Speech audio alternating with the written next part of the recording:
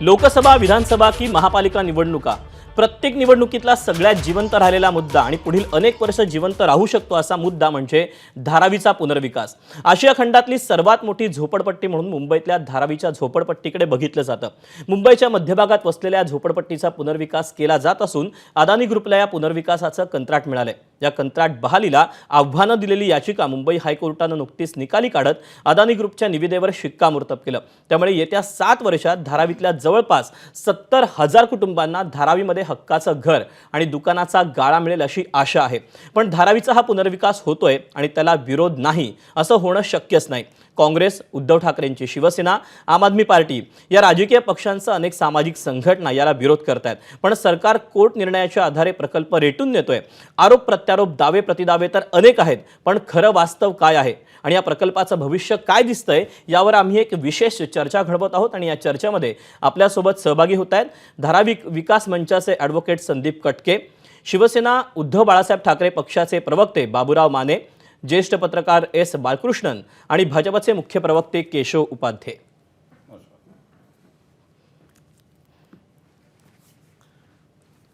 आणि आपण चर्चेला सुरुवात करूया। खरं तर गेल्या 20 वर्षांपासूनचा हा सगळा प्रकल्प आता मार्गी लागतो आहे। त्यामुळे माझा पहिला प्रश्न खरं तर विकास मंचाचे धारावी बचाव मंचाचे संदीप कटके आहेत यांना आहे।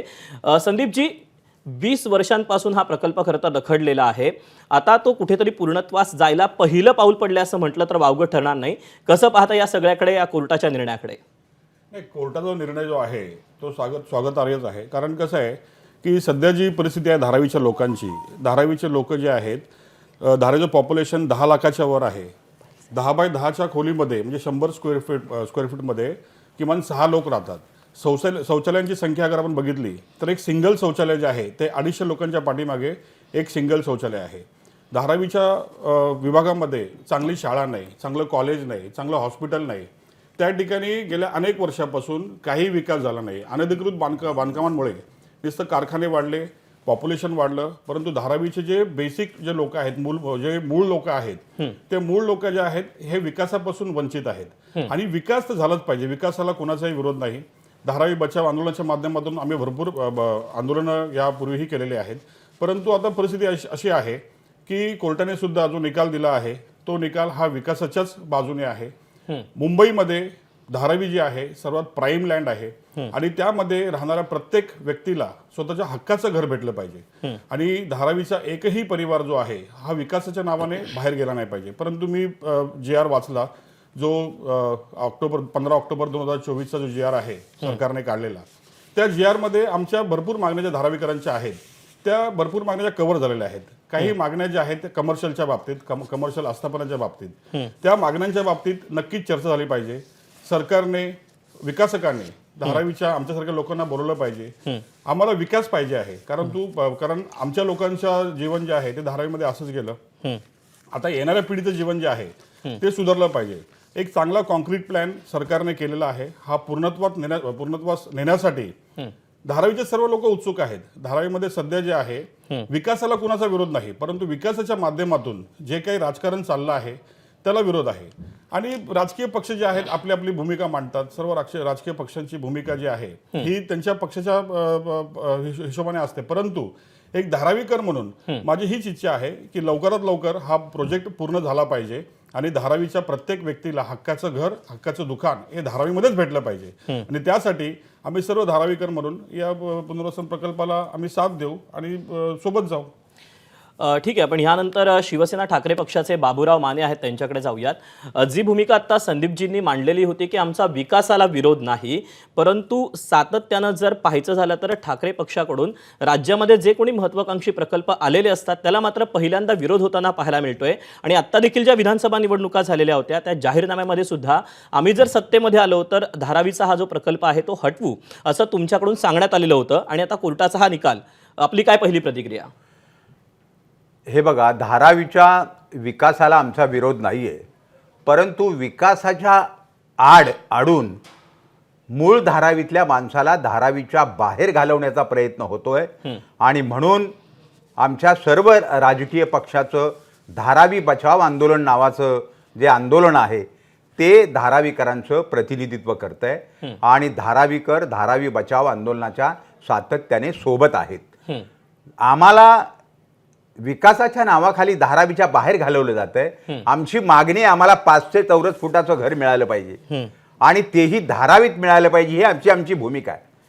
जर 500 चौरस फुटाचं घर धारावीत आम्हाला मिळत असेल, विकासाच्या नावाखाली धारावीतला एकही माणूस एकही कुटुंब धारावीच्या बाहेर जाणार नसेल आणि धारावीतच आमचं पुनर्वसन होणार असेल, तर धारावीतले उद्योगधंदे जिवंत राहून, धारावीकरांची रोजीरोटी जिवंत राहून जर विकास होत असेल तर त्या विकासाला आमचा पाठिंबा आहे. परंतु सरकार आता तसं करत नाहीये. सरकार धारावीकरांबरोबर चालबाजी करायचा प्रयत्न करत आहे. सरकार धारावीकरांबरोबर धोकाधडी करायचा प्रयत्न करत आहे आणि म्हणून सगळ्या राजकीय पक्षांचं, सगळ्या सामाजिक संघटना, धारावीतल्या सगळ्या NGO या सगळ्यांचं मिळून जे एक मजबूत असं धारावी बचाव आंदोलन निर्माण झालेलं आहे, त्या आंदोलनाच्या माध्यमातून आम्ही सरकारबरोबर भांडण्याचा प्रयत्न करतोय. आम्हाला न्याय मिळाला पाहिजे याच्यासाठी आम्ही प्रयत्न करतोय. इथे फक्त जमिनीचा विकास नको आहे, धारावीकरांचा सुद्धा विकास झाला पाहिजे. धारावीकरांची रोजीरोटी जिवंत राहिली पाहिजे आणि धारावीतला माणूस एकही धारावीच्या बाहेर जाता कामा नये, याच्यासाठी आमचा हा संघर्ष आहे. सरकार तसं वागत नसल्यामुळे सगळे धारावीकर आज एकत्रित आलेले आहे. कोर्टाचा निर्णय काहीही लागू द्या, मुळात विकासाला आमचा विरोध नाहीये, परंतु विकासाच्या नावाखाली आम्हाला बाहेर पाठवण्याचं जे षडयंत्र रचलं जातंय आणि त्याच्यासाठी अदानीला हजारो एकर जमीन सरकार दिली, सरकार रातोरात GR काढून देत आहे. हे काय चाललेलं आहे? जर आम्हाला धारावीच्या बाहेर जायचं नाहीये, आम्हाला धारावीतच आमचा पुनर्वसन झालं पाहिजे, ही आमची भूमिका आहे, तर सरकार अदानीला धारावीकरांच्या नावावर एवढी जमीन का देत आहे? कशासाठी? ठीक आहे, सगळ्यांचं पुनर्वसन धारावीत झालं पाहिजे आणि धारावीतली जमीन, धारावीची लोकसंख्या हे सगळं पाहता जर सरकारने ठरवलं तर धारावीमध्ये आमच्या सगळ्यांचं पुनर्वसन होऊ शकतं. ही अशा तऱ्हेची परिस्थिती आहे आणि म्हणून आमचा पुनर्विकासाला याच्यासाठी आमचा विरोध आहे. आमच्या मागण्या, मला सांगा, वरळीला तुम्ही 180 फुटाच्या घरातल्या लोकांना 500 चौरस फुटाचं घर देताय, 15 लाख रुपये तुम्ही त्या ठिकाणी कार्पस फंड देताय. म्हणजे सरकार दुजाभाव करतंय, सरकार धारावीकरांबरोबर दुजाभाव करतंय आणि म्हणून आमचा संघर्ष चालू आहे आणि तो संघर्ष जोपर्यंत आमच्या मागण्या मंजूर होत नाही तोपर्यंत तो संघर्ष आम्ही करत राहणार. काय वाटेल ते जरी झालं, लाट्या काट्या चालल्या पूल, काय वाटेल तो गोळीबार जरी झाला तरी धारावीकर मागे हटणार नाहीत. ही आमची अत्यंत न्यायासाठी संघर्षाची भूमिका आहे. ठीक आहे, आपण ज्या सरकारचं खरं तर पक्षार आहे, सरकार ज्या पक्षाचं सरकार सध्या राज्यामध्ये आहे त्या पक्षाचे प्रतिनिधी आपल्यासोबत आहेत. केशवजी, दोन्ही बाजूचं तुम्ही म्हणणं ऐकलं, धारावी बचाव मंचाचं काय म्हणणं होतं, त्यासोबतच शिवसेना ठाकरे पक्षाचंही म्हणणं ऐकलं. दोघांमध्ये एक कॉमन मुद्दा येतोय, तो म्हणजे की आम्हाला विकासाच्या नावाखाली मुंबईच्या बाहेर काढलं जातंय असा सातत्यानं आरोप आता केला जातोय.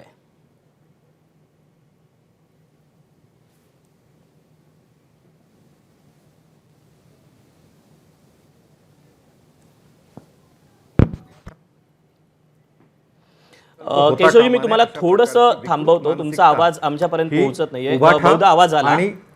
हा, बोला, पूर्ण करा. येतोय माझा आवाज? हो येतोय, बोला, पूर्ण करा. मुळामध्ये धारावीतल्या सर्वसामान्य गोरगरीब जो आता आपण त्याचं वर्णन ऐकलं, त्याचं वर्णन आता आपण ऐकलं त्या गोरगरिबाचं, की 10 बाय 10च्या खोलीमध्ये अनेक जण राहतात, 250 जणांमागे एक शौचालय, अशा अत्यंत गोरगरीब माणसाला स्वतःचं घर मिळू नये, ही धारावी बचावच्या नावाखाली उबाठा आणि काँग्रेस नेत्यांची विकृत मानसिकता आहे. हे धारावीकरांचे कट्टर विरोधक शत्रूच्या भूमिकेत काम करतायत. खरं म्हणजे इथं धनंजय इथं माने बसलेत उबाठा गटाचे. त्यांना माझा पहिला प्रश्न असा आहे की ज्यावेळी हे कॉन्ट्रॅक्ट तयार झालं, उद्धव ठाकरे मुख्यमंत्री असताना त्यांच्या कॅबिनेटने पास केलेलं हे कॉन्ट्रॅक्ट आहे. माने, मला सांगा, उद्धव ठाकरेंना तुम्ही अशा प्रकारचं धारावीकरांच्या विरोधातलं कॉन्ट्रॅक्ट का तयार केलं? असा उद्धव ठाकरेंना त्या धारावी प्रकल्पातला काहीच कळत नाही असं जाहीरपणे इथे बोलायची माने यांची तयारी आहे का?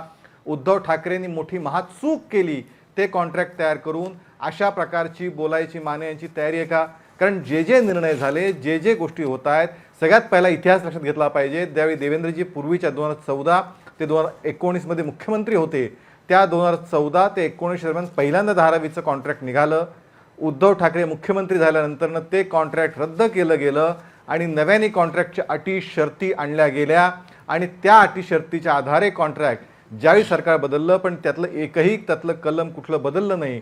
तर माझा प्रश्न माने नाही की नुसत्या इथं गप्पा मारू नका, धारावी प्रेमाच्या कोरड्या गप्पा मारू नका. उद्धव ठाकरेंनी चूक केली जाहीरपणे हे म्हणण्याचं धाडस आहे का? नाहीतर तुमचा हा सर्वसामान्य मुंबईकरांना, सर्वसामान्य धारावीकरांना घरं मिळू नये यासाठीच चाललेला अट्टहास आहे. तुम्ही धारावी द्रोही आहात हे सिद्ध होईल. पहिला मुद्दा. दुसरा त्यातला मुद्दा एक लक्षात घेतला पाहिजे की या सगळ्या विषयामध्ये उद्धव ठाकरेंनी तर एका अर्थाने अदानीला किंवा ज्याला कोणाला कॉन्ट्रॅक्ट मिळेल त्याला अंदाण दिले होतं मुंबई. किंबहुना या सरकारने त्याच्यामध्ये काही जे बदल केले त्यातला सगळ्यात मोठा बदल केला तो म्हणजे TDRला कॅपिंग आणलं, ज्याच्यामुळे नाहीतर याच्या आधी TDR पूर्णपणे TDR आणि जो दुप्पट तिप्पट चौपट किती म्हणाल त्या रेटीने अडाणी करत त्या पद्धतीने ते अडाणीने राखून ठेवलं असतं. मुंबईतल्या सर्व बिल्डरना ते त्रासदायक झालं असतं. किंबहुना मुंबईकरातल्या काही ठराविक बिल्डरच्या विरोधातनं एकत्रित येऊन आज काँग्रेस आणि उभाठा हे दोघं आंदोलन करतायत. पण आंदोलन करूनसुद्धा जेमतेम 4000 लोक मोर्चाला आणता आली. तो मोर्चा सुद्धा नीट झाला नाही, त्याला सुद्धा मुंबईतनं लोक आणावी लागली. हे सत्य आहे. तिसरा त्यातला सगळ्यात महत्त्वाचा मुद्दा, आजही सर्वसामान्य धारावीकरांना हा उत्सुक आहे, कारण त्याला हा प्रकल्प झाला पाहिजे असं वाटतं, त्याला स्वतःचं घर मिळालं पाहिजे असं वाटतं. आणि त्याच्यामध्ये आणखीन एक मोठा मुद्दा मला फार मान्य सांगतो, सगळ्या लोकांना इथं घरं मिळाली पाहिजे तुमची भूमिका आहे. माने जरा उद्धव ठाकरेंना प्रश्न विचारा. ज्यावेळी पहिला कॉन्ट्रॅक्ट झालं त्यावेळी फक्त ज्यावेळी कॉन्ट्रॅक्ट झालं होतं त्यातलं फक्त 70,000 लोकांना धारावीत घरं मिळतील अशा प्रकारचा तो कॉन्ट्रॅक्ट होता. उद्धव ठाकरेंनीच धारावीतल्या लोकांना मुंबई बाहेर काढायचं, धारावीच्या बाहेर काढायचं कारस्थान रचलं होतं. हे कॉन्ट्रॅक्टवरती आहे, तुमच्या बोलण्यावरती ठरत नाही. किंबहुना तिथं असतं तिथं ऑलरेडी ते खूप लोक राहतात. 70,000 घरांपुरता फक्त विषय मर्यादित होता. तिथं ऑलरेडी 2-2.5 लाखापेक्षा घरं आहेत. त्या सगळ्यांना घरं मिळाली पाहिजेत ही नव्या सरकारची धारणा आहे आणि त्या दृष्टीने प्रयत्न करतंय. त्यामुळे माझी विनंती आहे की या निमित्ताने धारावीतल्या सर्वसामान्य लोकांना घरं मिळत आहेत, त्या घराच्या मुंबईचा विकास होतोय, त्या विकासाच्या मध्ये येऊ नका. धारावीकरांना सर्वसामान्यांना घरं मिळू द्या. माने तुम्ही त्याच भागातले आहात, तुम्ही धारावीकरांच्या हिताचं बघा. उद्धव ठाकरे काँग्रेस यांना ठीक आहे, त्यांना मुंबई विरोधक करणं त्यांना योग्य आहे, पण तुम्ही तुमच्या स्थानिकाच्या जवळच्या लोकांचा विरोध तरी कृपया करू नका. नेमका मानेजी, त्यांनी 2 एक तर आरोप केलेले आहेत तुमच्यावर. एक म्हणजे की तुम्ही जेव्हा सरकारमध्ये होता, तुमचे मुख्यमंत्री होते, त्याच वेळेला खरं तर हे सगळं पास झालेलं होतं आणि धारावीकरांच्या विकासाच्या आड तुम्हीच येताय, हा त्यांचा एक मुख्य मुद्दा आहे. बोलतो मी, मला तुम्ही बोलायला सांगत असेल तर मी बोलतो. बोला बोला. या ठिकाणी असं आहे की धारावीकर एवढ्या छोट्या घरात राहतात, धारावीकर किती अडचणीत राहतात. या वास्तव्याचा किंवा या वेदनेचा नेमका फायदा उचलून अदानीचा मोठा फायदा करायचा असा या सरकारचा डाव आहे. हे यांचे मुख्यमंत्री किंवा आता आमचे मित्र केशव उपाध्ये हे सांगतील का ठामपणे, त्यांचे मुख्यमंत्री सांगतील का ठामपणे. त्यांच्या आता मागच्या वेळेला जे मुख्यमंत्री होते सन्माननीय एकनाथजी शिंदे, त्यांनी धारावीत येऊन सांगितलं धारावीतला एकही माणूस धारावीच्या बाहेर जाणार नाही, सगळ्यांना धारावीतच घरं देणार. आता या मुख्यमंत्र्यांनी सुद्धा सांगावं ना, आम्ही पायघड्या अंतरायला तयार आहोत. धारावीतला एकही माणूस विकासाच्या नावाखाली धारावीच्या बाहेर पाठवणार नाही, सगळ्यांचा विकास धारावीतच होईल असं जर हे ठामपणे सांगत असतील तर रेड कार्पेट अंतरून आम्ही या सरकारचं स्वागत करतो. आम्हाला उद्धव ठाकरेंना प्रश्न का मिळालं पाहिजे आणि ते धारावीत मिळालं पाहिजे. धारावीतल्या लोकांनी 2दा कौल दिलाय, पण त्यात 350 स्क्वेअर फूट ऐका ना, नाही ना, आम्हाला 350 मान्यच नाहीये. याचा लोकसभेला सुद्धा धारावीकरांनी या सरकारच्या विरोधात मतदान करून स्पष्ट दाखवलं. त्यानंतर विधानसभेला सुद्धा या सरकारच्या विरोधात लोकांनी मतदान केलं आणि आम्हाला 500 चौरस फुटाचं घर पाहिजे. तेही ऐका जरा, ऐका आता तुमचं ऐकलं जरा ऐका. आम्हाला 500 चौरस फुटाचं घर मिळालं पाहिजे हे सुद्धा विधानसभेला सुद्धा धारावीतल्या लोकांनी कौल दिला आणि लोकसभेला सुद्धा कौल दिला आणि त्यांनी सांगितलं धारावीतल्या लोकांना 500 फुटाचं घर मिळालं पाहिजे अशा तऱ्हेची भूमिका लोकांची होती. आणि 1 लाख लोकांनी रस्त्यावर उतरून या प्रकल्पाला विरोध केलेला आहे, कारण ही माणसं धारावीतल्या लोकांना धारावीच्या बाहेर घालवत आहेत. म्हणून 1,00,000 लोक धारावीतले रस्त्यावर उतरले होते आणि त्यांनी आम्हाला विकास हवाय, पण विकासाच्या नावाखाली नाव नवऱ्याचं आणि पोर सोयऱ्याचं असा जो प्रकार सुरू आहे त्याला आमचा प्रचंड विरोध आहे. आणि धारावीमध्ये जर तुम्ही बाबूरावजी नाही, तुमचा मुद्दा लक्षात आला. आपल्याला ही चर्चा पुढे सुरू ठेवायची आहे. त्यांनी जो थेटपणे आरोप केलेला आहे की म्हणजे धारावीच्या प्रकल्पासाठी पर्यायानं अदानींच्या प्रकल्पासाठी भाजप वाटेल ते करायला तयार असल्याचं बाबूराव मानेंचं म्हणणं. यावर आपल्याला केशव उपाध्यायांचं उत्तर घ्यायचं.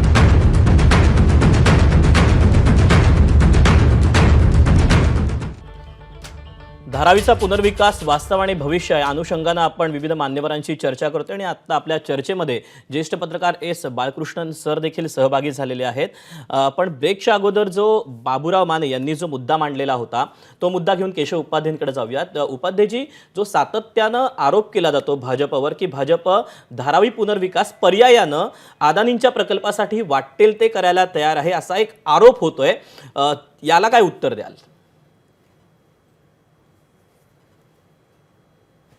असं आहे की पुन्हा एकदा खोटं नॅरेटिव्ह सेट करण्याचा जो प्रयत्न सातत्याने उबाठा आणि काँग्रेस करत असतं त्याचं आदर्श उदाहरण आहे.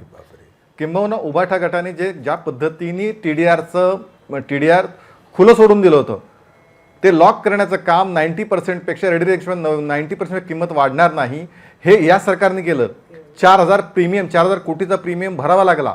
त्यामुळे जे टेंडर या ठिकाणी होतं ते टेंडर मुळामध्ये माझा मानेना प्रश्न आहे की हे टेंडर अशा पद्धतीने अटी शर्ती देवेंद्रचं पहिलं टेंडर रद्द करून उद्धव ठाकरेंनी तयार का केलं, ज्याच्यामध्ये 350 फूट घराचा उल्लेख आहे, ज्याच्यामध्ये या सगळ्यांनी अटी शर्ती आहेत. 70,000 घरांपुरताच फक्त मर्यादित का होता उद्धव ठाकरेंच्या कॉन्ट्रॅक्टमधला अटी शर्तीमधल्या गोष्टी. त्यामुळे मानेनी पहिल्यांदा उद्धव ठाकरे दोषी आहेत त्याच्याबद्दल ते का बोलत नाहीत हा आमचा पहिला प्रश्न आहे. दुसरा असं आहे की हा सर्वसामान्य लोकांसाठी होईल. तिसरा त्यातला सगळ्यात महत्त्वाचा मुद्दा, या ठिकाणी मुळामध्ये सरकारी कंपनी आहे, ह्यामध्ये कुणीतरी अडाणी येते आणि हवे ते निर्णय करते असं होणार नाही.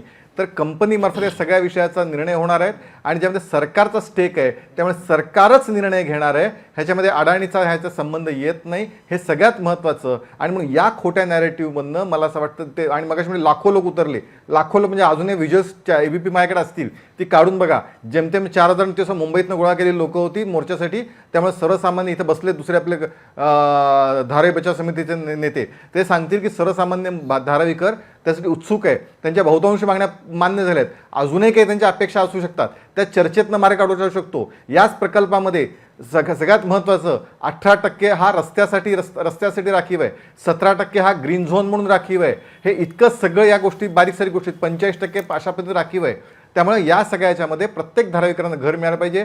2011 जे इलिजिबल नाहीत त्यांना सुद्धा रेंटल घर मिळाले पाहिजे. 10 वर्षांनी त्यांना त्यांची घरं मिळणार आहेत. या सगळ्या गोष्टींचा विचार काळजीपूर्वक या ठिकाणी केला जातोय. सगळ्यांना त्यामध्ये सामावून घेतलं जात आहे. केवळ मुंबईकरांच्या काही बिल्डरांच्यासाठी, काही ठराविक लोकांसाठी, धारावीकरांसाठी द्रोह हा उद्धव ठाकरे उभाटा गटांनी आणि काँग्रेसनी करू नये एवढी आमची विनंती आहे. ठीक आहे. खरं तर या सगळ्याबाबत धारावीकरांचं नेमकं काय म्हणणं आहे, बचाव मंचाचं काय म्हणणं आहे आपण जाणून घेणार आहोत. पण आपण आता बाळकृष्ण सरांकडे जाऊयात. बाळकृष्ण सर, खरं तर पाहायचं झालं तर 2004 पासून धारावी पुनर्विकासाची गरज सातत्यानं व्यक्त होते. तिथपासून ते आत्तापर्यंतचा जो पुनर्विकासाचा पूर्ण प्रवास आहे तो तुम्ही पाहिलात. याच्यातले जे राजकीय आरोप प्रत्यारोप आंदोलनं वगैरे सगळं पाहिलं. आत्ता ह्या मुद्द्यावर जर यायचं झालं की याचं वास्तव आणि भविष्य तुम्ही काय पाहता? दीपक जी, एक चीज़ मैं कहना चाहता हूं कि पिछले 30 साल से धारावी का डेवलपमेंट रीडेवलपमेंट के बारे में चर्चा होते जा रहा है जी. जब भी राजीव गांधी वहाँ पे धारावी से उनका जो पदयात्रा शुरू किया, मैं उनके साथ में था. वो हम पूरी धारावी के सब गली बल्ले हम घूमे और फिरे. बाद में ये आश्वासन दिया राजीव गांधी ने कि हम इसको पूरा नया पुनर्विकास करेंगे धारावी का. उसके बाद में सब खोटा आश्वासन दिया है, उसके अलावा और कुछ नहीं हुआ धारावी के लिए. ये पहली बार धारावी के इतिहास में कोई कॉन्क्रीट स्पेसिफिक प्रोजेक्ट सरकार ने उसको आगे लाया है. एक स्पेशल पर्पस व्हीकल जिसमें सरकार भी उसका शेयर होल्डिंग है और अदानी का भी शेयर होल्डिंग है, एक स्पेसिफिक प्रोग्राम करते आ रहे हैं, नंबर 1। नंबर 2, दूसरा बात जो है, इसका जो टेंडर जो था, पहला टेंडर निकाल के फिर बाद में री-टेंडर कैंसिल करके री-टेंडर किया। उसके बाद में एक कोई दुबई को कोई कंपनी जिसका कोई बैकग्राउंड मान लीजिए ट्रांसपेरेंसी, जीरो ट्रांसपेरेंसी है, सेकलिंग बोल के वो बॉम्बे हाई कोर्ट में याचिका पेश किया। उसके बाद अभी 2 दिन पहले बॉम्बे हाई कोर्ट ने पूरा जो विषय है उसके ऊपर डिस्कस करके, चर्चा करके, दोनों साइड का सुनवाई करने के बाद लोगों ने उनका पिटीशन को उसका खारिज कर दिया। अभी इसके अलावा अभी और क्या चाहिए? और दूसरी बात ये कि धारावी का एक बहुत ही इम्पोर्टेंट अहम बात यह है कि एक भी वहाँ का रहवासी है वो बेघर नहीं रहेगा। जो पात्र है उनको जो जगह मिलेगी 350 स्क्वायर फीट कम से कम कारपेट, मैंने सुना है, और जो अपात्र है उनको भी जगह मिलेगा। जो रेंटल एग्रीमेंट के खिलाफ जो मेरे मित्र ने कहा, भाजपा के प्रवक्ता ने, उसको भी जगह मिलेगा बॉम्बे के अंदर ही। अगर आप कहेंगे तो हमको मेरा जिधर नौकरी है उसके सामने मेरा घर मिलना चाहिए, वो आपके पास भी नहीं है, हमारे पास भी नहीं है। सबको प्रवास करना पड़ता है जहाँ पे नौकरी है उधर जाने के लिए। तो एक विन विन सिचुएशन में देख रहा हूँ। और ये सब सिर्फ मकान नहीं बांधेंगे, एक टोटल टाउन प्लानिंग होगा इसमें।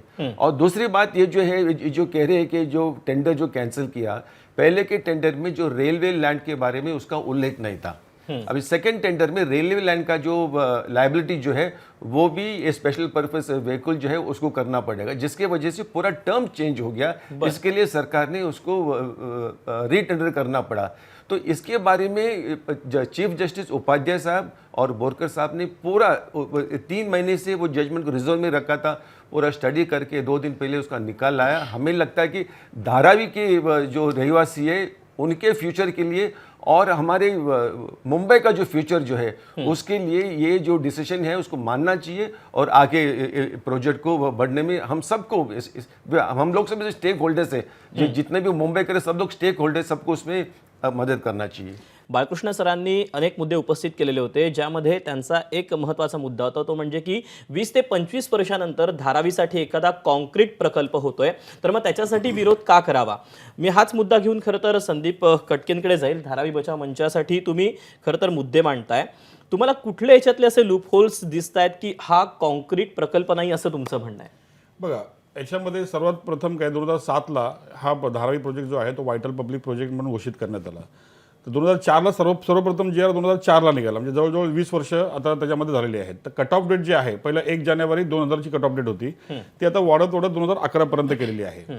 तर आमच्या लोकांची मागणी काय आहे की धारावीच्या प्रत्येक लोकांचं आता जे सर्वेक्षण नवीन जी आर प्रमाणे कट ऑफ डेट जी आहे ती 15 ऑक्टोबर 2022ची लावलेली आहे। आणि त्या कट ऑफ डेटनुसारच तुम्ही सर्वे करा आणि प्रत्येक धारावीकराला पात्र करून धारावीमध्ये घर द्या। बाकी जे अपात्र माळ्याच्या वरचे लोक अपात्र होतील त्यासाठी तुम्ही धारावीच्या बाहेर अगर प्रोव्हिजन करत असाल तर ती स्वागतार्ह आहे। परंतु मूळ धारावीकरांना, जे धारावीत लोक राहतात, ज्यांचं धारावीमध्ये परिवार आहे, ज्यांचे मुलं धारावीत शिक्षण घेतात, ज्यांचं, कारण धारावीचा 80% रोजगार जो आहे तो धारावीवरच अवलंबून आहे।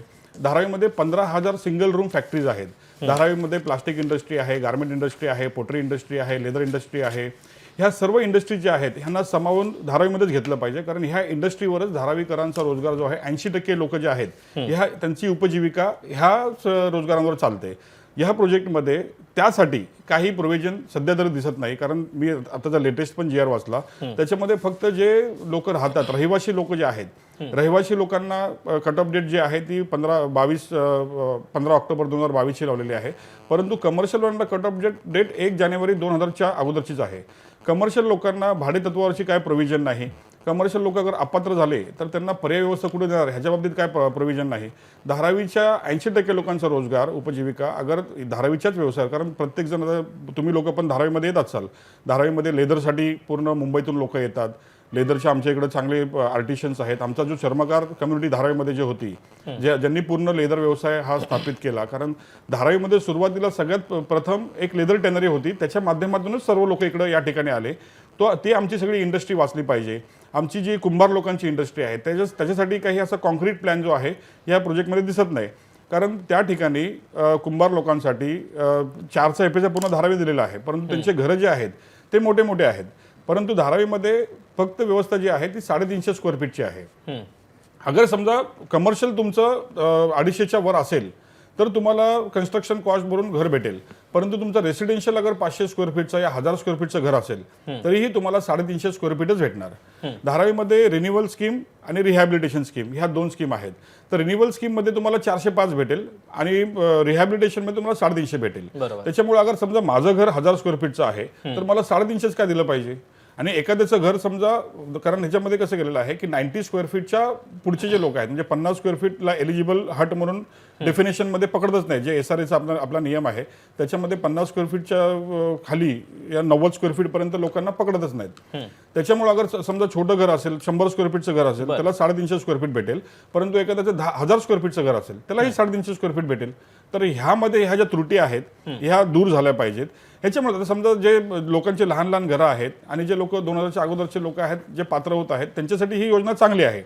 परंतु ज्याचं घर मोठं आहे, या एखाद्या घरामध्ये समजा 2000च्या नंतर परिवार झाला, त्या परिवारामध्ये एकाचे 2 घर झाले, तर एक भाऊ जो आहे तो धारावीत राहील, एक भाऊ धारावीच्या बाहेर राहील. तर त्याच्यामुळं ह्या सगळ्या ज्या गोष्टी आहेत ह्या धारावी पुनर्वसन प्रकल्प अथॉरिटीने तसंच बसून धारावीकरांची संमतीने ह्या सगळ्या गोष्टी कम्युनिकेट करून सोडवल्या पाहिजे असं मला वाटतं.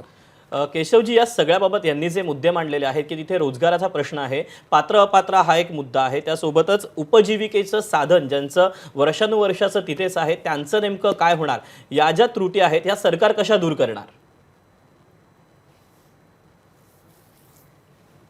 तर मला असं वाटतं सगळ्यात पहिल्यांदा इंडस्ट्रीयल झोन, त्या ठिकाणी जे उद्योगाचे झोन आहेत त्याच ठिकाणी वेगळ्या पद्धतीने विकसित करण्याचा निर्णय त्या कंपनीच्या कंपनी जी तयार केली सरकारने दोघांनी मिळून त्याच्यामध्ये, त्यामुळे तो मोठा विषय असू होणार नाही.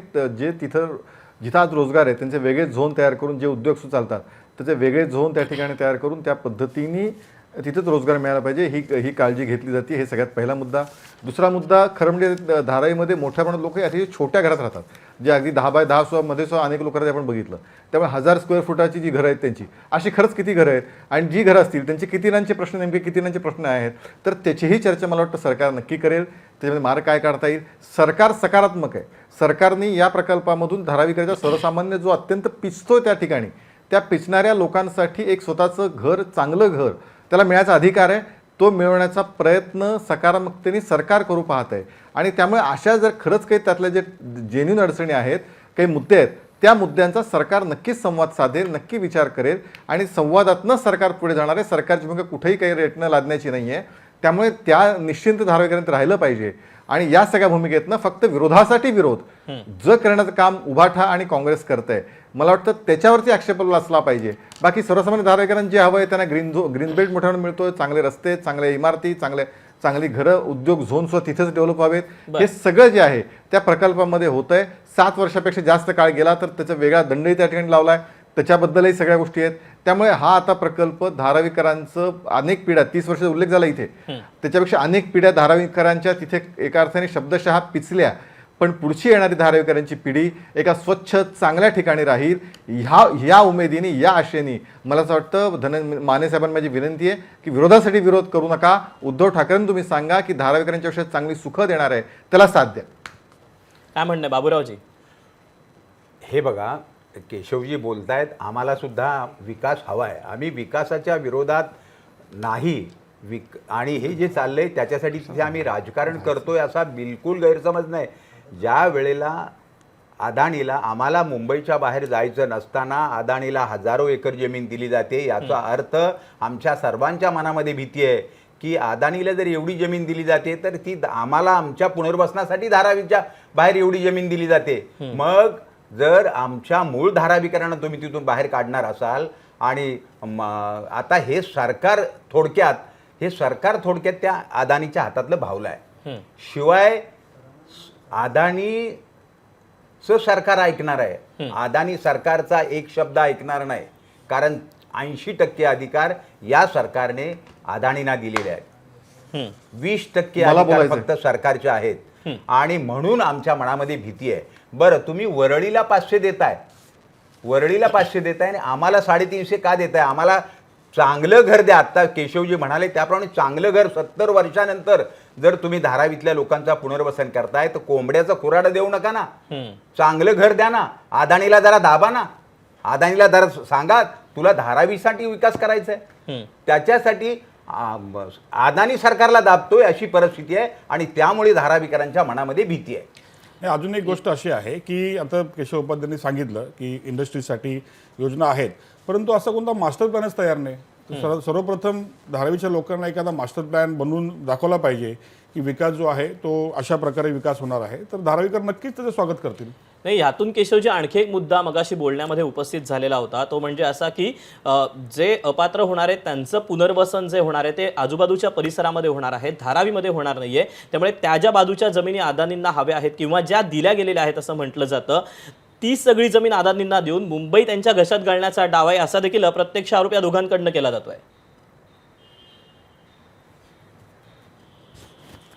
मुळामध्ये मुंबई घशात कुठल्या एखाद्या बिल्डरच्या घालायचं काम केलं होतं ते उद्धव ठाकरेंनी मूळ कॉन्ट्रॅक्टनुसार केलं होतं. तुमच्या माहितीसाठी सांगतो, धारावीच्या किंबहुना मुद्द्यावर या बोलावं, सरकारने राजकारण सोडा, ते थांबवलंय. तुम्ही धारावीच्या मुद्द्यावर बोला. टीडीआरचा जो विषय होता तो टीडीआरला अनकॅप केलं होतं. मानेचे आता ऐकून घ्या, मी स्पेसिफिक धारावीच्या मुद्द्यावरती बोलतोय. धारावीचं जे कॉन्ट्रॅक्ट उद्धव ठाकरेंनी तयार केलं होतं त्या कॉन्ट्रॅक्टनुसार टीडीआरला कुठल्याही प्रकारचं कॅपिंग केलेलं नव्हतं.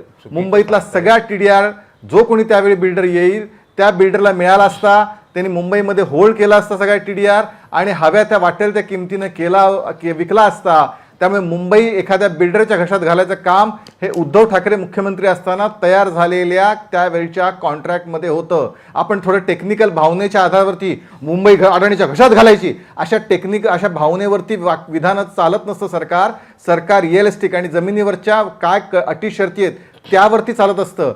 आणि त्याच्या आधारे सांगतोय, काढून बघा उद्धव ठाकरेंच्या काळातलं टेंडर काढून बघा, त्याच्यामध्ये टीडीआरला अनकॅप टीडीआर हा पूर्णपणे अनकॅप होता. या सरकारने देवेंद्र फडणवीस सरकार एकनाथ शिंदेनी आल्यानंतर त्यांनी त्यावेळी त्याला कॅपिंग केलं. रेडी रेकनरच्या 90% अधिक किमतीनं ते विकता येणार नाही अशा प्रकारचं कॅपिंग त्यामध्ये करून घेतलंय. हे सगळ्यात मोठं काम बिल्डरपासून मुंबईला वाचवण्याचं काम एकनाथ शिंदे सरकारने देवेंद्र फडणवीस सरकारने केलंय. ह्याचं भान पहिला टेक्निकली बोलू आपण. भावनेच्या भरात हो अडाणीला चालले विकायला असलं बोलून भागत नसतं. माने जमिनीवरती या, अटी शर्ती दाखवा, त्या अटी शर्ती मी दाखवायला तयार आहे. उद्धव ठाकरे सरकारच्या कॉन्ट्रॅक्टमधल्या अटी शर्ती मी तुम्हाला दाखवायला तयार आहे.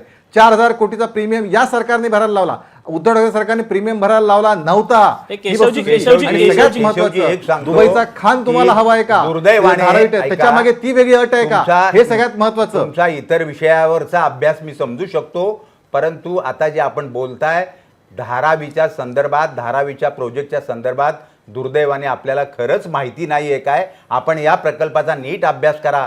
तुम्ही स्वतः भाजपच्या घेऊन तयार माझ्याकडे मोबाईल मध्ये उद्धव ठाकरे सरकारचं, माझ्याकडे मानेजी माझ्याकडे उद्धव ठाकरे सरकारचं टेंडर आहे आणि या सरकारचं टेंडर आहे. आपण तुलना करायची का? आपण माझा अभ्यासाचा विषय नाहीये, अभ्यासाचा कच्चा विद्यार्थी आहे. आपण माझ्याकडे टेंडर आहे, तुमच्याकडे आहे का आता? माझ्याकडे टेंडर आहे, दोन्ही टेंडर. त्या दोन्ही टेंडरच्या आधारे मी बोलतोय. उद्धव ठाकरे हे धारावी बिल्डरांना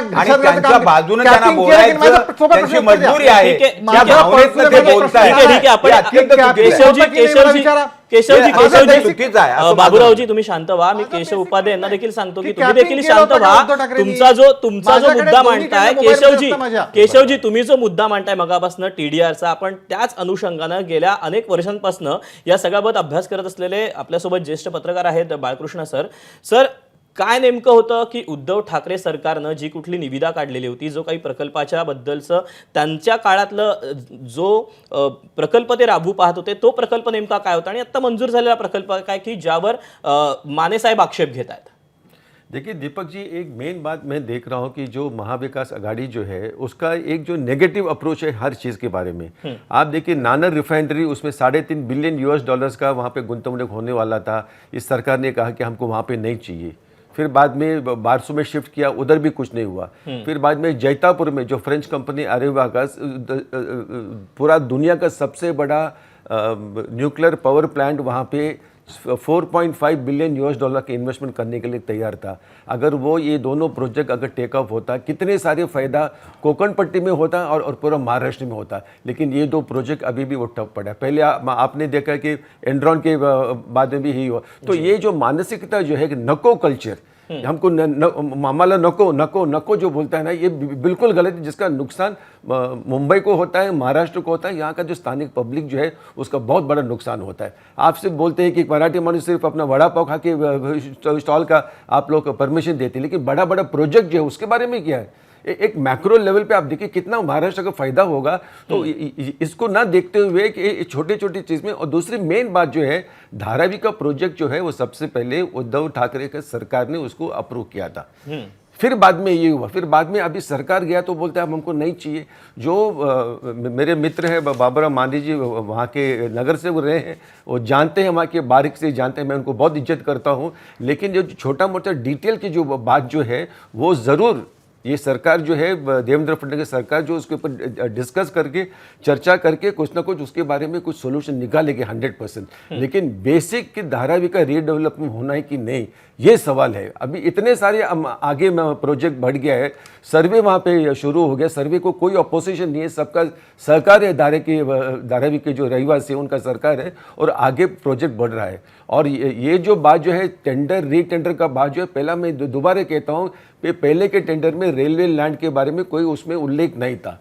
उसके बाद जो कैंसिल किया बाद में सेकंड जो है उसमें रेलवे लैंड का वो उल्लेख हुआ, जिसके वजह से सेकलिंक ने जो कितना एस्टिमेट प्रॉमिस किया था और जो अदानी ने किया था उसके वजह से ये प्रॉब्लम होता है। और कम से कम 1000 कोटी अदानी को रेलवे को देना पड़ता है, 800 कोटी पहला देना, फिर बाद में बाकी का पैसा जो है। और उन पर कम से कम 60% रेलवे लैंड में है, वहाँ भी झोपड़पट्टी है, उनका भी पुनर्विकास करना अदानी का जिम्मेदारी बनता है। यानी इतना बड़ा आप देखिए मुंबई में कितने बड़े बड़े बिल्डर से रहेजा है, कौन कौन है बिल्डर में, लेकिन कोई जब भी टेंडर जो फ्लोट किया गया तभी कोई आगे क्यों नहीं आए? क्योंकि वो लोग जानते हैं इसका चैलेंज जो है, धारावी का चैलेंज, ये सिर्फ अदानी के चैलेंज नहीं है कि जितने मुंबईकर हैं सबके लिए बहुत बड़ा चैलेंज है। आप देखिए अगर ये 10 साल में धारावी का पूरा जो नक्शा जो है चेंज होगा, इसमें फायदा किसका है? धारावी का लोगों का फायदा है। और मुंबई में जो हम लोग हमेशा कहते हैं धारावी आइसोर बोलते हैं ना, वो आइसोर को हम उसको हटा सकते हैं और स्थानिक लोगों को एक जो अभी जो जीते हैं कि इन ह्यूमन कंडीशन में जीते हैं, एक मानव बन के वो लोग वहाँ पे जी सकते हैं धारावी के लोग। हे बघा, हे टेंडर सुद्धा साहेब केवळ अदानीला द्यायचं म्हणून मॅच फिक्सिंग करून हे टेंडर दिलेलं गेलेलं आहे अदानीला। याच्या संदर्भामध्ये अगोदर 7200चं टेंडर सेकलिंग कंपनीने भरलं, परंतु त्या स्पर्धेत अदानी नव्हते म्हणून ते टेंडर ती टेंडर प्रक्रिया कोर्टानं निकाल दिलाय, त्यावरच कोर्टानं निकाल दिलाय। एक्झॅक्टली दीपक जी, पूरा विषय में हाईकोर्ट के डिव्हिजन बेंच ने डिसाइड किया निर्णय। आता हे बघा त्याच्यावर निर्णय काय लागला, अरे जनतेच्या कोर्टामध्ये धारावीतल्या जनतेनं 2 वेळा अदानीच्या उमेदवारांचा आणि या सरकारच्या उमेदवाराचा पराभव केला, 2 वेळा। याचा अर्थ विकास आम्हाला नको आहे अशातला भाग नाही। विकासाच्या नावाखाली आमच्या बरोबर जी धोकाधडी होते, विकासाच्या नावाखाली धारावीकरांबरोबर जो धोका दिला जातोय धारावीकरांना, त्याच्या संदर्भातली भूमिका धारावीकरांची आणि त्यासाठी लाख लाख लोक रस्त्यावर उतरतात। जर तुम्ही आमचा विकास करा, ऐका साहेब, तुम्ही मुद्दा आपल्या चर्चेत झाला, आपला जो वेळ आहे तो मर्यादित आहे मान्य, परंतु साहेब लोक ज्या वेळेला विकास लोकांना हवा असताना लोक लाख लाख लोक रस्त्यावर उतरतात, याच्या पाठीमागे हे समजून घ्या ना। लाख लोग आएगा, 2 लाख लोग, हाईकोर्ट बोल के कुछ चीज है की नाही? काहीतरी यंत्रणा माने साहेब तुम्हाला सांगतो की असे आपला भारत देश बघतोय। असे जर मुद्दे उकरून काढायचे झाले तर खूप सारे मुद्दे आहेत, पण आता हायकोर्टाने निकाल दिलेला आहे, पुढच्या 7 वर्षामध्ये हा प्रकल्प पूर्ण करायचा आहे। अदानी समूहाकडून सर्वेक्षण देखील सुरू झालेलं आहे, इतर अडथळे येणार नाहीत का? प्रकल्पाच्या विकासाची मर्यादा 7 वर्ष नाही, 17 वर्ष, 17 वर्ष आम्हाला, 17 वर्षात आमचा प्रकल्प, त्याच्यात आम्ही राहू की जगू की मरू काय सांगता येत नाही। 17 वर्षाची मुदत दिली, पण तुर्तास मुंबई सुधारण्यासाठी या एक महत्त्वपूर्ण पाऊल उचललं गेलेलं आहे असं तर नक्कीच म्हणावं लागेल। हायकोर्टाकडून या संपूर्णच्या बाबतीत जो एक सकारात्मक पाऊल आहे ते सकारात्मक पाऊल तरी टाकण्यात आले असं देखील सध्या म्हटलं जात आहे।